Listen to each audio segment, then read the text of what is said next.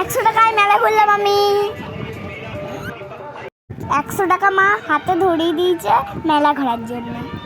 ভাবলাম নাগরদোলায় চাপি, কিন্তু না, নাগরদোলায় চাপলে আমার 100 টাকা হাওয়ায় উড়ে যেত।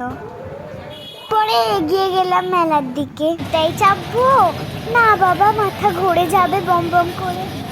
তারপরেই 50 টাকা দিয়ে ড্রাগনে চেপে গেলাম। কটন ক্যান্ডি খাবো না, সে তো 30 টাকা।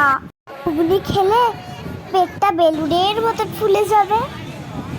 বেলুন তুমি থাকো, আমি বাবা 10 টাকা ফুচকা খেয়ে নিই।